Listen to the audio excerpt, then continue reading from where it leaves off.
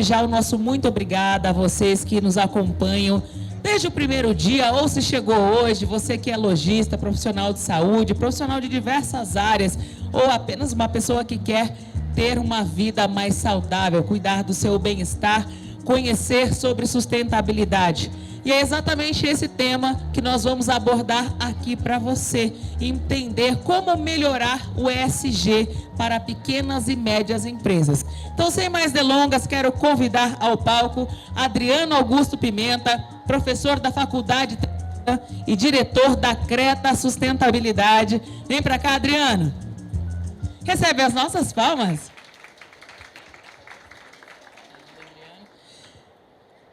O Adriano terá aí 40 minutos no total para o seu conteúdo, sendo que ele pode utilizar os 40 ou deixar 30 para as exposições e 10 para as perguntas, conforme você sentir, e a nossa plateia também interagir. A Clélia que está aqui desde o início, hein? Ela está aqui em todos os dias.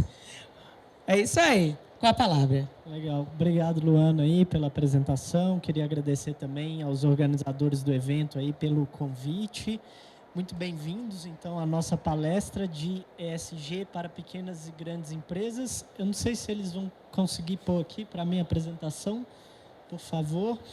Mas, bom, vou começar aqui, porque o tempo também está um pouco corrido, mas só para a gente já ir aquecendo, né? Vamos falar, então, desse acrônimo ESG, né, que é um acrônimo em inglês, Environment, Social e Governance, ou no bom português, estamos falando dos aspectos ambiental, social e de governança das organizações. Esse é um termo que surge, né, muito no mercado financeiro, de investimento, de acionistas, olha muito para grandes empresas, mas justamente hoje a gente vai falar como é que o ESG também se aplica ao contexto aqui das pequenas e médias empresas, tá? Então, só uma breve aqui da minha história, né? A Luana já me apresentou, mas para falar, né? Eu sou consultor em sustentabilidade, ESG e negócios sociais, também sou professor nessa área. Então, o que eu sempre destaco aqui na minha trajetória é que, ao longo de mais de 15 anos trabalhando com essa temática, trabalhando com sustentabilidade, eu já tive a oportunidade de trabalhar em empresas como a Unilever, em organizações do terceiro setor, como a incubadora da FGV, como a Recicleiros, e também dentro da universidade como pesquisador e como professor. Então, daí que vem um pouco o conhecimento aí do que a gente vai conversar aqui hoje. E, rapidamente, também falando um pouco da Creta Sustentabilidade, que é essa minha empresa de consultoria em sustentabilidade em ESG. Esses são os nossos clientes aí, ao longo de mais de 11 anos, aí, né, fazendo projetos sociais e ambientais na área. Então, vocês podem ver que também há uma diversidade aqui de empresas, né, indústrias de bens de consumo, indústrias extrativistas, farmacêutica, banco, etc. Mas também destacar aqui, né, o trabalho com algumas pequenas e médias organizações. Quando eu trabalhei com a Conexus, por exemplo, que é uma organização que está com stand aqui hoje na feira e que faz um trabalho muito focado aí com grupos produtivos, né, da biodiversidade. Quando eu trabalhei para a Fundação Vale, para o Instituto Votorantim também, muito focado na parte de cooperativas, né, de agricultura familiar, de artesanato. Então, né, tem aqui também uma experiência aí com esses pequenos e médios negócios. E aí vamos falar um pouco mais, então, do que é esse ESG, né, como eu falei aí, trazendo um pouco, né, traduzindo da sigla em inglês, mas falando aqui no bom português, a gente basicamente está falando dos aspectos ambiental, social e de governança. Quando a gente vai falar de ambiental, né, o olhar é um pouco para a gestão ambiental das organizações, a forma como as organizações, então, lidam com a natureza e com seus impactos ambientais. E aí uma coisa que eu sempre falo, né, que toda organização gera impacto ambiental, então não importa se é pequena, se é média ou se é grande, né? O que vai mudar aqui é o tamanho do impacto, mas toda organização tem que olhar para os seus impactos.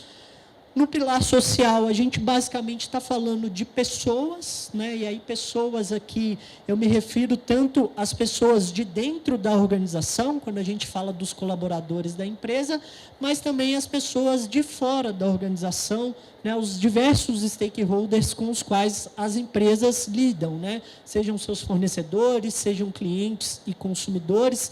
Então, tudo isso vai estar dentro desse aspecto social.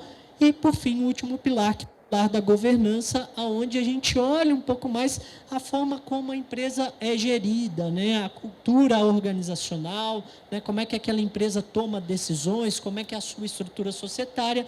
A gente vai entrar um pouco mais nesse detalhe, mas ainda trazendo um pouco de histórico, antes da gente falar aqui do ESG, né? Dentro das pequenas e médias, eu acho que vale dizer, apesar, né, diferente do que muita gente pensa, esse é um termo que não é tão novo assim, né? Apesar de ter ganhado muita notoriedade de 4, 5 anos para cá, o ESG ele surge em 2004, quando então o secretário-geral da ONU ele faz uma provocação para algumas instituições financeiras e banco, né, justamente perguntando, mas e aí, o que vocês estão fazendo pela sustentabilidade, o que vocês estão fazendo pelo desenvolvimento sustentável? E aí os bancos olham para isso e respondem um pouco assim, olha, então, essa coisa de sustentabilidade é um pouco subjetiva para mim, mas o que eu consigo olhar, o que eu consigo fazer é, dentro das análises técnicas, né, além da parte financeira e econômica, que obviamente os bancos, né, sempre estão atentos e dão muita atenção, eu vou olhar também para os aspectos ambientais, sociais e de governança. Então, é aí que o termo surge, né, nessa publicação chamada Who Cares. Várias organizações financeiras participam, né, dessa publicação, mas é, de fato, alguns anos mais tarde, né, em 2018, quando esse senhor aqui da imagem, que é o Larry Fink, para aqueles que não conhecem, ele é o CEO da BlackRock, né? A BlackRock é um dos maiores fundos de investimento do mundo, né? Então, para se ter uma noção do poder de influência da BlackRock, se ela fosse considerada o PIB de um país, ela seria o terceiro maior PIB do mundo, atrás só de China e de Estados Unidos. Então, é um fundo de investimento com muito poder.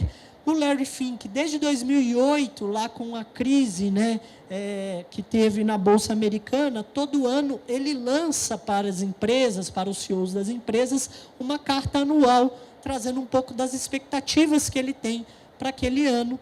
E aí, desde 2018, ele vem trazendo alguns recados como esse, né, que fala, então, que para prosperar, as empresas vão ter que entregar não apenas, né, a performance financeira, mas também mostrar como elas fazem uma contribuição positiva para a sociedade e para o meio ambiente. E desde então, né, desde essa fala do Larry Fink, o que a gente vê no mercado financeiro é justamente esse movimento, né? Então, todo momento, as empresas falando de ESG, né, fundos de investimento que surgiram com essa temática, né, com esse nome também de ESG. Então, a gente vê isso acontecer.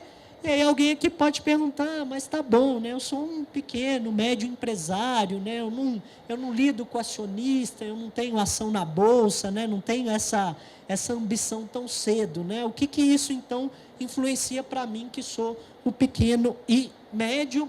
E aí eu vou falar basicamente de 4 motivos aqui da importância do ESG também para as pequenas e médias empresas. E a primeira é que quando a gente vê esse movimento, né, vindo do mercado financeiro e pressionando as empresas começaram a se movimentar, né, fortemente nessa questão ESG. E uma coisa que vem também, né, que elas começam a olhar e entender, que os impactos ambientais e sociais das empresas, eles não estão só nas suas fábricas, nas suas operações, né? Mas ele pega todo o ciclo de vida daquele produto que ela coloca no mercado, e com isso elas começam a olhar também para quê? Para a sua cadeia de fornecedores, né? Que é um pouco do que vocês veem aqui nessas notícias, né? Grandes empresas, Vivo, Raia Drogasil, Mondelez, todas elas preocupadas, né, e procurando entender como é que a sua cadeia de fornecedor também vem trabalhando esses aspectos ambientais, sociais e de governança. E, além disso, a gente tem ali também uma pesquisa da FIA, né, bem recente, que justamente conversou com alguns executivos de grandes empresas. E, basicamente, o que eles apontam aqui, né, é que, sim, as grandes empresas estão procurando ampliar esse olhar dos critérios ESG para a sua cadeia de fornecedor. Então, se você é uma pequena, uma média empresa que tem essa ambição, né, de fornecer para uma grande empresa, então é muito provável que você vá ser perguntado sobre isso, né, mais de 60% ali das empresas já tem colocado, mas o que o estudo mostra também que esses executivos também têm visto que boa parte da sua cadeia de fornecedores hoje não está preparada, né? Então, ele fala ali, só em 30% dessas empresas entendem que a sua cadeia de fornecedores está preparada para isso. E essa demanda ainda tende a aumentar, ou essa pressão das grandes empresas para a sua cadeia de fornecedor ficar mais forte, né, se a gente considerar ainda casos como esse aí, né, para quem acompanhou aí no início do ano, os escândalos das vinícolas lá do Sul, né, com trabalho escravo. E aí, justamente, né, quando vai se olhar, apesar do nome que veio à tona, né, o nome das vinícolas, das marcas ali de vinhos e sucos, mas eram pequenas e médias empresas que prestavam esse serviço justamente para essas grandes vinícolas. Então, daí que eu falo também, né, um pouco dessa pressão vai tender a aumentar, a subir a régua. Infelizmente, isso não é uma exclusividade das vinícolas brasileiras, tá? Então, tem várias grandes marcas aí, Nike, Apple, Zara, né, que já tiveram historicamente escândalos como esse de trabalho escravo. Então, essa é uma das questões que vai ajudar essa régua a subir ainda mais. Além disso, né, alguém também pode falar, não, mas espera aí também, eu também não quero fornecer para a grande empresa, né? Eu tenho o meu negócio, eu tenho a minha loja, meu negócio é o consumidor, é a pessoa que vai ali na minha loja comprar comigo, etc. E aí que a gente chega nesse segundo motivo, né, que é esse consumidor também está cada vez mais demandando, né? Esse consumidor também está cada vez mais preocupado em entender qual é o impacto ambiental e social daquele produto que ele está comprando, né? Então, essa é uma pesquisa da KPMG, feita no ano passado, que fala de atitudes e comportamentos do consumidor, e justamente aqui quase 70% dos consumidores que respondem, né, dizendo que até topariam pagar mais caro, né, por um produto que, eventualmente, ele entenda que vai gerar um menor impacto ambiental ou um menor impacto social. Aí a gente tem ali 64% concordam que é importante entender o impacto ambiental de um produto para tomar a decisão de compra. Enfim, tem vários outros aspectos aqui dentro dessas pesquisas, e essa pesquisa também não é única, tem algumas pesquisas aí, mundo afora, falando sobre isso. E aí, de novo, alguém pode falar, mas isso não é coisa de gringo, né? O pessoal lá de fora que fala desse consumo consciente, que olha para essa questão. E aí aqui a gente vai ter que não, né? Na verdade, também pesquisas brasileiras, hoje já mostrando essa tendência, né? Essas pesquisas até um pouco mais antigas, 2018, 2019, mas justamente apontando ali para uma média de mais ou menos 40% dos consumidores brasileiros, hoje já preocupados, né, com esse impacto que os seus produtos geram, com o impacto que os seus produtos causam. Então, a gente tem um segundo motivo aqui importante, que é consumidor também está demandando. Além disso, né, além de consumidor, além de acionistas, né, um pouco por que esses públicos também estão olhando para isso. E aí eu falo que tem um terceiro stakeholder importante aqui, que hoje é o planeta, né? Então, a gente vê aqui nessas imagens o quê? Né? O nosso processo hoje tradicional de produção e de consumo, né, que vai desde a extração, fabricação, distribuição, até o consumo, o descarte e o descarte final. E o que a gente vê um pouco pelas próprias imagens, né, e eu falo aqui que hoje esses nossos padrões de produção e consumo são padrões insustentáveis, né? E o que eu quero dizer aqui com insustentáveis? Que se a gente continuar fazendo, né, essa produção e esse consumo dessa maneira que a gente vê nas imagens, a gente não consegue continuar fazendo isso por muito mais tempo, né? Então, vale dizer que esse modelo de produção e consumo é um modelo que vem desde a Revolução Industrial, né? Então, estamos falando de 2, 3 séculos para trás, o que para a nossa história como humanidade não é quase nada, e a gente tem gerado grandes impactos nesses últimos 2, 3 séculos aí, com um pouco dessas imagens que a gente vê. E aí, isso acaba trazendo, né, para esse stakeholder importante, para a gente, uma sobrecarga, né? Alguns problemas aí. Então, também tem vários estudos que apontam para essa sobrecarga, para esses limites do planeta, mas aqui são só dois que eu gosto de destacar. Esse primeiro que fala da sobrecarga da Terra, né? Um estudo que vem sendo feito ali desde a década de 70, mas que justamente o que a gente vê aqui nessa última linha é que, ano a ano, a gente vem aumentando o nosso débito com o planeta, né? Então, aqui a gente está falando que em 2021, a gente utilizou 42,7% a mais daquilo que o planeta é capaz de regenerar nesse período de um ano, né? Então, é o que se fala que a gente está entrando nesse débito, nesse cheque especial, mas não tem de onde pagar se a gente não começar a rever esses nossos padrões de produção e de consumo. Da mesma maneira, o estudo dos limites do planeta também vai falar algo bem parecido, né? Olhando diversos fatores ali. E aí não é nenhum exagero a gente chegar até essa conclusão aqui de que, né, estamos com o planeta na UTI. São vários os indicadores também que apontam para isso, espécies que estão entrando em extinção, sistemas de biodiversidade que estão se degradando, sistemas que já não se regeneram mais. Então, esse é o terceiro elemento que eu queria trazer aqui para falar dessa importância do ESG para pequenas e médias empresas. E, além disso, eu trago um quarto aqui, que muitas vezes, né, eu brinco ainda que é um grande mito que ainda hoje existe, né, de que o ESG e a sustentabilidade, eles não são favoráveis ao bolso, né, a parte financeira aí dos empreendedores. E por que eu digo que isso não é verdade, né? Quando a gente pensa, se a gente pensar no nosso consumo, na nossa casa mesmo, né? Quando a gente consome menos energia, quando a gente consome menos água, né, a gente também está reduzindo os custos que a gente tem com energia, os custos que a gente tem com água. E, da mesma maneira, se as empresas caminham nesse sentido, elas também vão ter benefícios econômicos aí. Um outro elemento que eu sempre cito como exemplo, né? Então, algumas empresas hoje vêm trabalhando, você pega ali uma barra de chocolate de 100 gramas, e aí você tem uma embalagem que hoje pesa 12 gramas.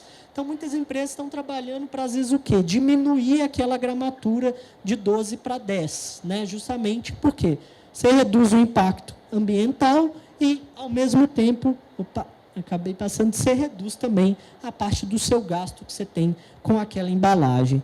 Então, a síntese aqui dessa história, por que o ESG é importante para as pequenas e médias? A gente está falando aqui basicamente de 4 motivos. A gente tem, né, as empresas grandes, né, cada vez mais preocupadas com o impacto dentro das suas cadeias de fornecedores. Se você é uma pequena e média empresa que quer fornecer, você precisa estar atento a esse movimento.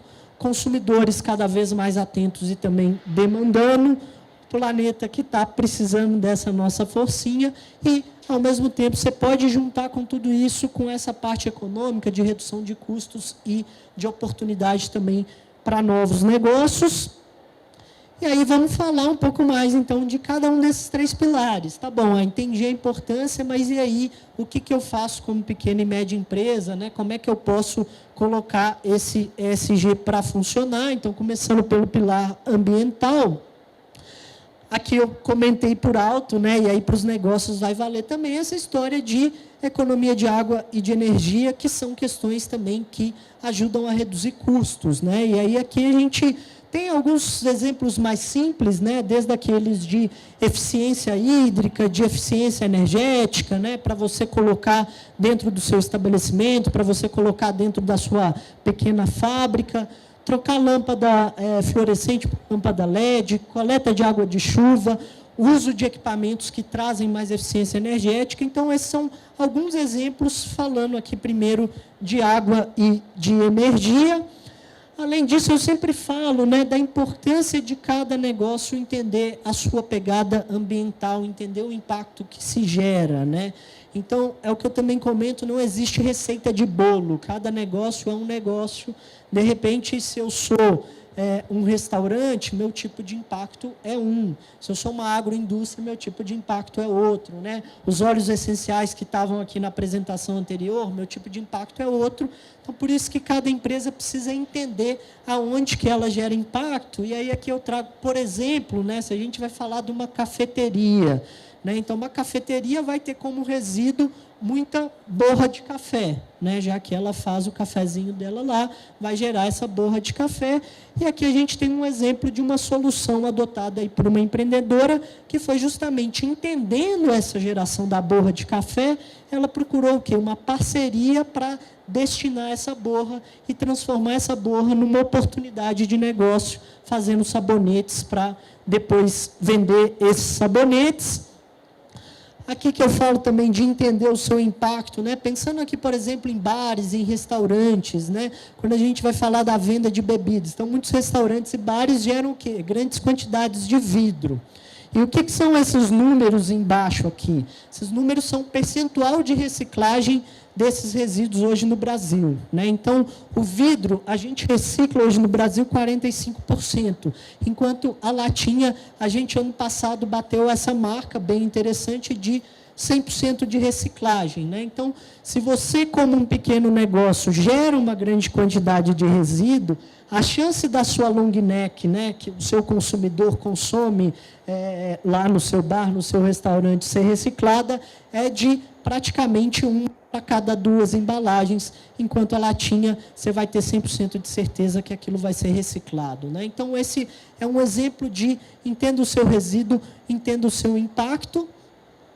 Além disso, né, aqui eu também trago como exemplo os deliveries, né? Então, hoje todos, né, pelo menos eu consumo, peço comida ali no iFood e tudo, e muitas vezes quando você pede esse produto, o que acontece, né? Quase essa montanha de embalagens, de resíduos, etc. Você pede um sanduíche, ele vem enrolado num papel, que vem dentro de uma caixa, que vem com um guardanapo enrolado em outro papel, que vem com um talher plástico, né? Você vai comer um sanduíche em casa.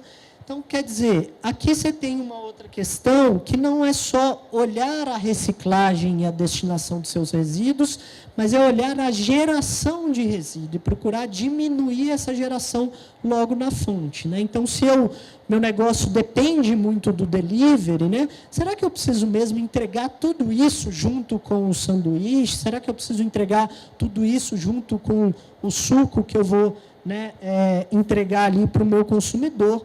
Então, olhar um pouco também para essa questão da geração. Aqui, né, também, às vezes eu converso com algumas pequenas e médias empresas, pouca gente tem essa noção, né, mas, peraí, será que eu emito gás de efeito estufa? Eu tenho uma pegada de carbono como uma grande indústria?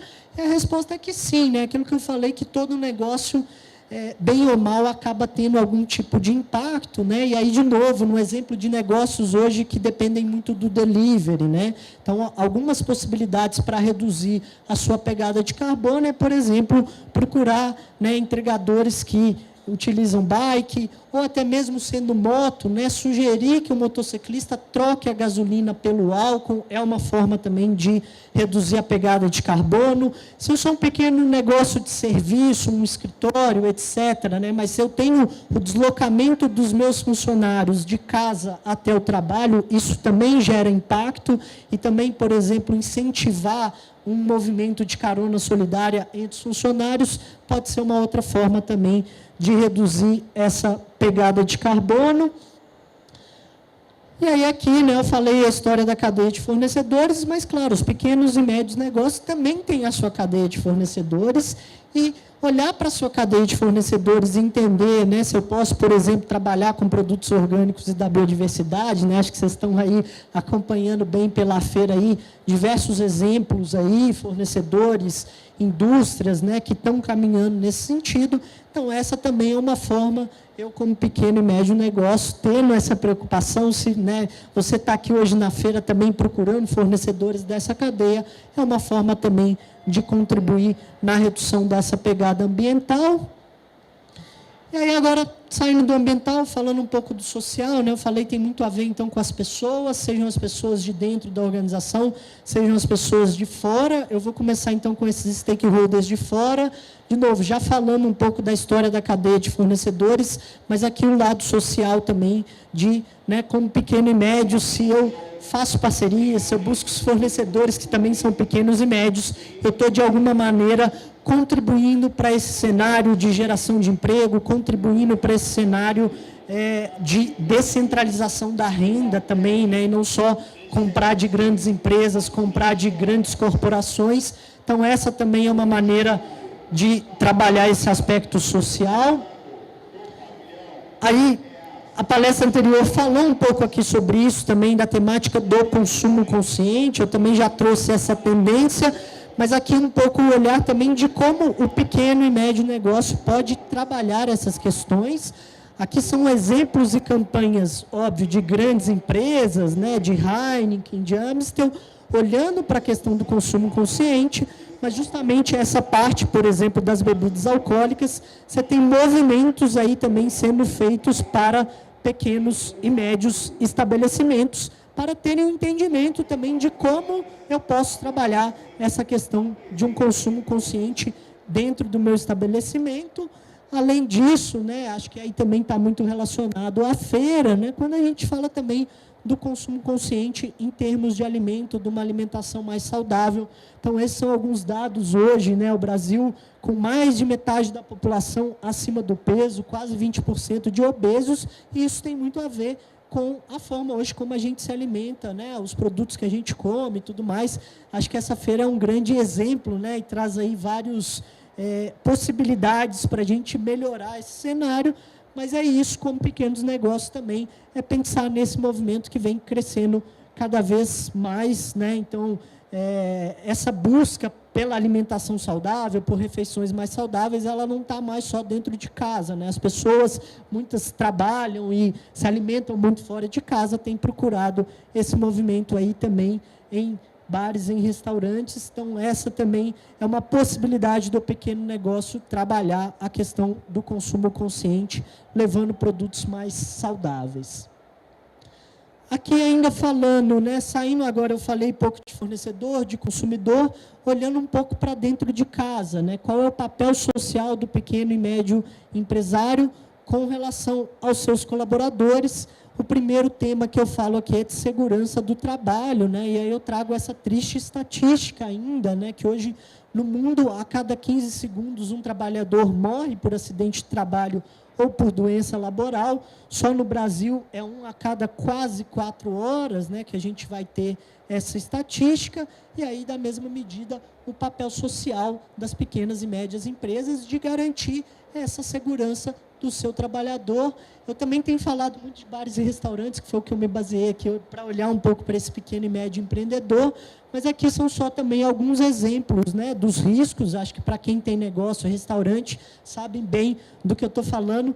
A pessoa que estava também palestrando aqui antes, né, falou de um acidente pessoal dela com panela de pressão, e a cozinha acaba sendo um espaço ali que também gera diversos riscos em termos de segurança do trabalho, mas é isso, independente do seu negócio, de novo, é entender que tipo de risco que o seu negócio oferece. E aqui vale lembrar também que a maioria dos acidentes de segurança do trabalho, eles acontecem no deslocamento das pessoas das suas casas para o trabalho. Então, por isso que é importante também entender como é que o seu trabalhador chega até o trabalho, né? Como é que ele se desloca aí, e se tem riscos aí também nesse deslocamento. Tá? Além disso, dentro desse olhar interno também, um tema que tem ganhado muita notoriedade, a história da inclusão e diversidade. E aí, eu sei que algumas pessoas ainda são um pouco céticas, às vezes, também, quando a gente fala de inclusão e diversidade. Por isso que eu gosto de começar a temática falando desse estudo da McKinsey, que é um estudo que a McKinsey já vem fazendo, na verdade, desde 2014, mas, ano a ano, ela vem reafirmando, né, o que está aqui, que é empresas que são mais inclusivas e mais diversas têm melhor performance financeira, são mais inovadoras, né? Então, tem uma série de benefícios aqui relacionados a isso, que vão além também só dos aspectos sociais. E ali do lado a gente vê, né, nesse gráfico ali, justamente mostrando as empresas do primeiro quartil são as empresas com melhor performance financeira e as empresas mais diversas do ponto de vista de gênero, e ainda assim com oportunidades de melhoria ali, oportunidades também de crescimento. Então, por isso que eu falo da inclusão e diversidade, e como é que isso se aplica, então, a pequenos também médios negócios. Aqui são só alguns exemplos que eu trago já hoje aqui de São Paulo, né, de pequenos empreendimentos que trabalham e nasceram já com um pouco essa pegada da inclusão e da diversidade, né? Então, Belatute Café é um café de uma empreendedora com síndrome de Down, que só contrata pessoas com síndrome de Down. A gente tem a Congolinária, que é um restaurante, né, de um refugiado e que também dá oportunidades de emprego e trabalho para outras pessoas refugiadas. E ali, por último, um exemplo italiano também de como esse bar procura se adequar para justamente poder receber ali, né, e empregar pessoas com deficiência. Então, são 3 exemplos aí só que eu gosto de trazer para mostrar como essa temática pode ser trabalhada também pelas pequenas e médias organizações. E aí, chegando no nosso último pilar aqui, né, o terceiro, que é a governança corporativa, como eu comentei, a governança ela tem muito a ver com a forma como o negócio é gerido, né, como as decisões são tomadas, etc. E aí, quando a gente fala de um pequeno e médio negócio, né, um primeiro entendimento aqui da governança corporativa tem a ver com estrutura societária, né? Então, muito pequeno e médio negócio, às vezes é um negócio familiar, né? Eu mesmo já tive negócio com meu pai e a gente sempre se esbarra naquelas coisas assim, de qual é o papel de cada um dos sócios, né, dentro dessa organização. Um cuida de vendas, outro cuida da operação, como é que isso funciona na prática? E muitos pequenos e médios negócios, às vezes essas coisas não são muito conversadas, né? O negócio nasce e vai meio que sendo feito. Então, isso é um tema importante de quando a gente fala de estrutura societária e da gestão desses pequenos e médios negócios. Por isso que o tema da governança corporativa, às vezes algumas pessoas acham que isso também só está relacionado a grandes empresas, né? A um conselho de administração, mas não, a gente aqui também entende, né, essa relação dos sócios, se existem mais pessoas que trabalham ali, que às vezes também vão ganhando, né, mais destaque, vão trabalhando há mais tempo, qual é o papel, né? Às vezes há uma tendência também em pequenos e médios negócios, a pessoa vai acumulando várias funções, então isso também tem a ver com governança corporativa e é importante que estruturas, né, organogramas, etc., também sejam discutidos aqui nos pequenos e médios. Tá? Além disso, né, um tema também aqui que a gente fala, que se aplica a qualquer tipo de empresa, é a questão da ética e do compliance, né? A ética aqui no agir de acordo com os padrões morais, o to comply, né? O compliance vem do inglês aí, realizar ações em conformidade com as regras, né? E aí eu sempre falo que hoje, infelizmente, né, o Brasil, a gente é muito acostumado à história de dar um jeitinho, né, de às vezes fazer as coisas por debaixo dos panos. E aí tem muito também o discurso, mas se eu não fizer, eu não consigo, né, fazer o meu negócio parar de pé, etc. E claro que, né, eu entendo que eu sou empreendedor também, mas a gente precisa, né, procurar se adequar o máximo possível às legislações, às regras que nos são impostas, né, e seguir com esses padrões aqui também de ética e de compliance. Tá? Além disso, tem hoje um tema também que vem surgindo, é o tema da segurança da informação. O Brasil, desde 2018, né, tem um novo marco regulatório, né, a Lei Geral de Proteção de Dados, que vem falar sobre isso. Então, também, né, para os pequenos e médios negócios, que tem lá o seu site, que tem o seu e-commerce, né, hoje você tem algumas demandas para serem atendidas dentro da segurança da informação, né? Então, nós como consumidores, a gente hoje coloca os nossos dados em vários sites, em vários locais, né? E o que a gente espera é que os nossos dados estejam protegidos, né? Que os nossos dados não sejam utilizados de forma inadequada, não sejam fraudados, né? E tudo mais. Então, as empresas precisam garantir essa segurança da informação e os pequenos e médios negócios. Se você tem um site hoje na internet e tudo, você precisa também se adequar a essas diretrizes, que, né, tem um pouco daquilo que hoje também todo site que a gente entra, tem essa história dos cookies lá, aceitar os cookies, mas é justamente, isso mostra que aquele site já está, né, preocupado, já está trazendo um pouco ali de transparência da forma como ele lida com a informação que você disponibiliza ali para ele. Tá? Além disso, auditorias e políticas também é uma forma de se fazer. governança corporativa, é uma forma de auxiliar a governança corporativa das pequenas e médias organizações. Às vezes alguém também pode falar, mas né, auditoria externa não é para mim, isso é para a grande empresa, mas auditorias internas também funcionam muito bem para a melhoria de controles, de processos produtivos, né, da própria gestão. Então, essa também é uma boa prática que muitas organizações vêm adotando, e da mesma maneira políticas, né? Também, às vezes, eu ouço falar, o pequeno e médio fala, pô, para que eu vou fazer uma política? É tão pouca gente, né?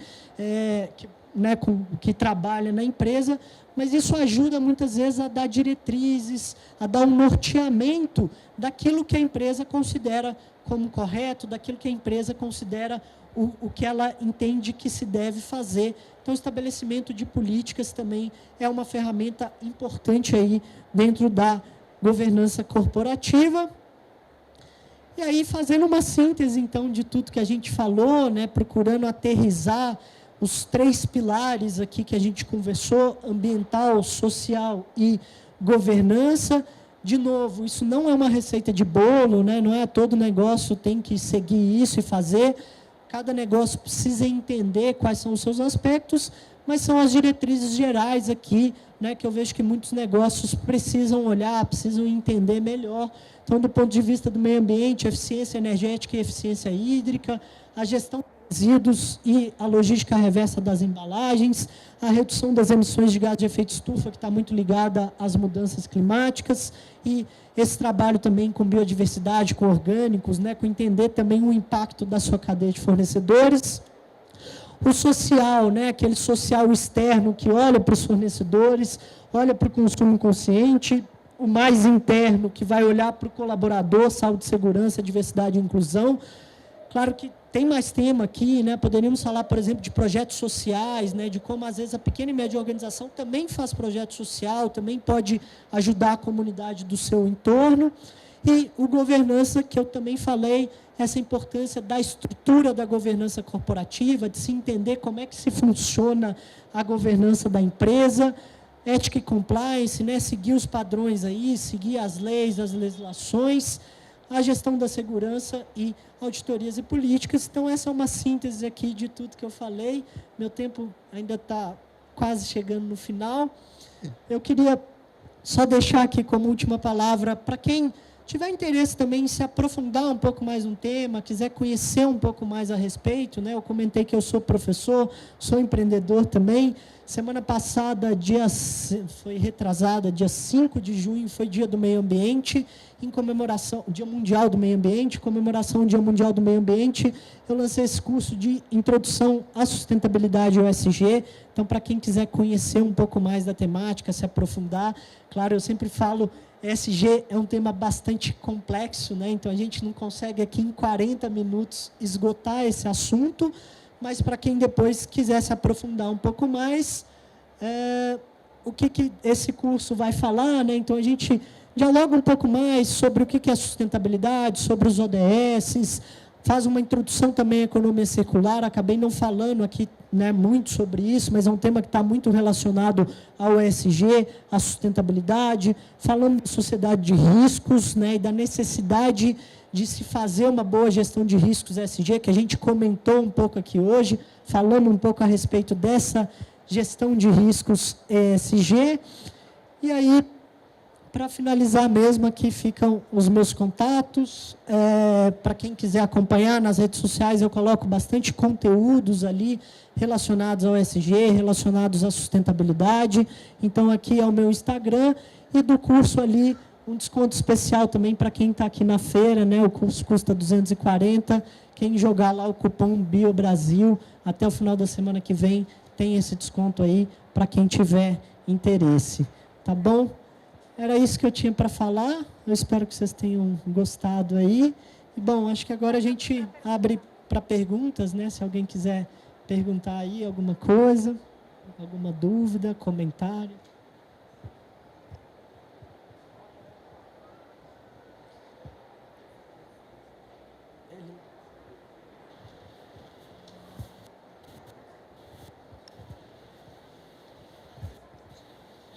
Leandro, sou aqui de São Paulo, moro perto aqui, 1 quilômetro e pouco. Vim a pé, ESG, sustentabilidade. E antes da pergunta, um comentário, né? Como o diabo mora nos detalhes. Falando da pegada ambiental, e eu tenho me deparado com empresas, com clientes e até com a empresa. Não está legal. Você vê um ranço da alta gestão.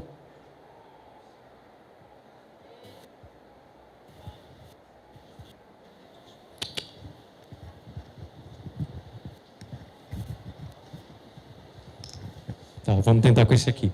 Você vê a questão do ranço da alta gestão com o home office, eu não tinha parado para pensar nessa questão do impacto ambiental, né, mas o que eu tenho me deparado com empresas cuja alta gestão segue, por exemplo, coaches do abstrato, Elon Musk da vida, que disseram que no home office os trabalhadores fingem que trabalham, né?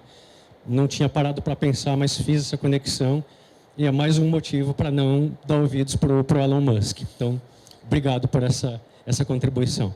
A minha dúvida é, eu trabalho com incentivos fiscais, trabalho com tributos, né? E aí eu te pergunto se a gente pode situar essa questão do incentivo, usar parte do imposto para incentivar a cultura, esportes, enfim, entidades assistenciais, entidades e fins não lucrativos. Se a gente pode situar dentro de um dos pilares do ESG, porque eu vejo, por outro lado, um ranço, muitas pessoas que não conhecem veem isso, inclusive, como um incentivo fiscal. Nem sempre você tem um incentivo fiscal, é só uma destinação de parte daquele tributo que você pagaria. E a minha pergunta é, objetivamente, a gente pode situar entre esses pilares ou por conta desse debate acerca do benefício fiscal não estaria exatamente dentro dos pilares que você apresentou? Boa pergunta, Leandro. E só para ser solidário também, eu acabei andando quase 1 quilômetro, que eu só consegui parar o carro a quase 1 quilômetro daqui. Tá bem cheio a feira, o que é um bom sinal também, mas enfim, só para aproveitar o gancho. É uma ótima pergunta, Leandro. E sim, dá para incluir ali, ou colocar essa questão do incentivo fiscal, eu situaria muito ali no S, né? Então, bem falando muito rápido, né? Mas acho que tem a pequena e média empresa, ela também pode fazer projeto social, né? Ela também pode se envolver com a comunidade, com organizações próximas a ela, e o incentivo fiscal, como você também bem colocou, né? Houve um certo ranço também, uma coisa ali muito da Lei Rouanet, que criou um certo estigma, eu diria, ali, né, em termos de se usar esse incentivo fiscal, mas eu muitas vezes me deparo, né, nos projetos de consultoria, etc., organizações que, às vezes, entendem, né, tá bom, eu preciso avançar na minha agenda social e etc., mas eu não tenho recurso. Eu não tenho budget desse ano, não tenho orçamento desse ano para poder fazer um projeto social. E aí o incentivo fiscal não deixa de ser uma alternativa, né? De você poder mostrar para ele e falar, olha, você tem aqui uma forma, né, de um imposto que você já paga, que no fundo você vai direcioná-lo para projetos sociais que, né, podem estar aqui na comunidade próxima a você, podem ser de uma causa que de repente você defende, ou atua, ou gosta. Então, eu acredito que sim, é um caminho.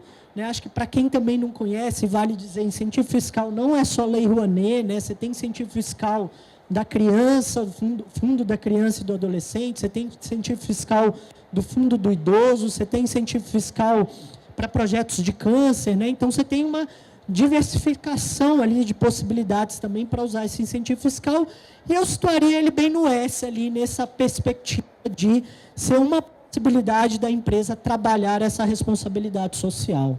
Tá? Legal, então vamos encerrar agradecendo ao professor pelas suas explanações, agradecer a nossa audiência que permaneceu aqui durante a sua aula, né? Posso chamar de aula? Pode chamar. Legal.